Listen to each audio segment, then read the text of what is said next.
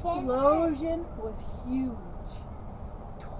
10-pound chunks of stone and rock hurled 80 feet up into the air. Someone had snuck down into Kay's Hollow and loaded this cross with explosives and blown it up. They were trying to stop people from going down there and seeing this thing. They were trying to stop the stories. But you can't stop a legend, especially when there's ghosts. This cross was 20 feet tall. That's taller than my house and your house. We went to Casey's house at night. 10 feet wide, probably 4 feet thick.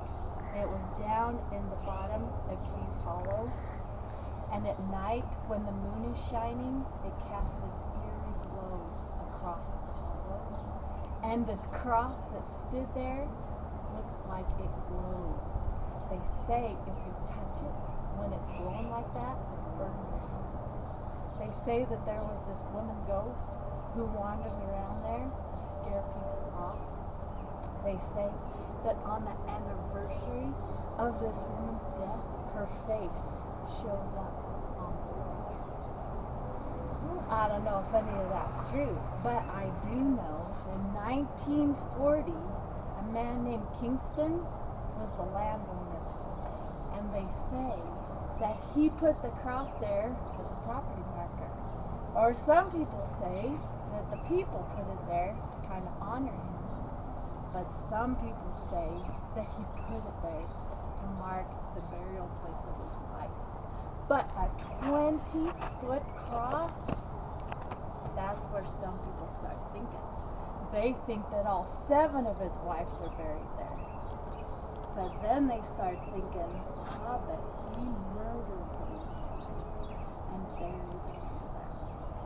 Because some people say that he buried one of his wives standing straight up on her feet underneath that cross. And some people say that he carved a chamber out of the center of that cross and put his wife's heart in the chamber and sealed it up. And she's the one that haunts the cross. She's the one that scares people away. I don't know if any of that's true.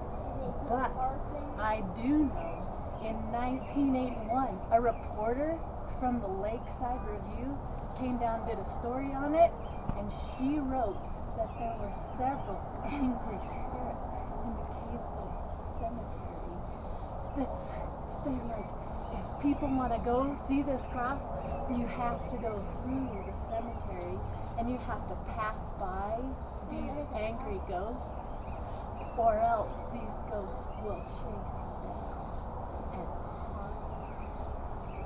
I don't know if that's true, but some guys have seen these tall, dark figures in long black robes with glowing eyes.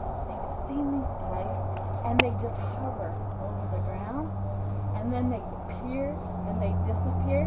One guy was in his car up at the edge of Kay's Hollow, and he was sitting in his car looking down into Kay's Hollow, and he saw this tall black figure with these glowing eyes hovering over the ground. And it started to come towards him, and he's freaking out. He tries to start his car, and the car wouldn't start. And he tries to lock his doors, and he couldn't even lock his doors. I don't know what happened to that guy either. I don't know if it's true, but I do know this. There's a guy down there with a shotgun that he keeps full of rock salt to blast anybody that comes near there. He was probably the one that blew up the cross. Probably to keep people away. But they don't know because they never found out. They did a full investigation. Couldn't find any proof or any evidence to convict anyone. Found out or know who blew up that cross. Nobody knows. The case is still open.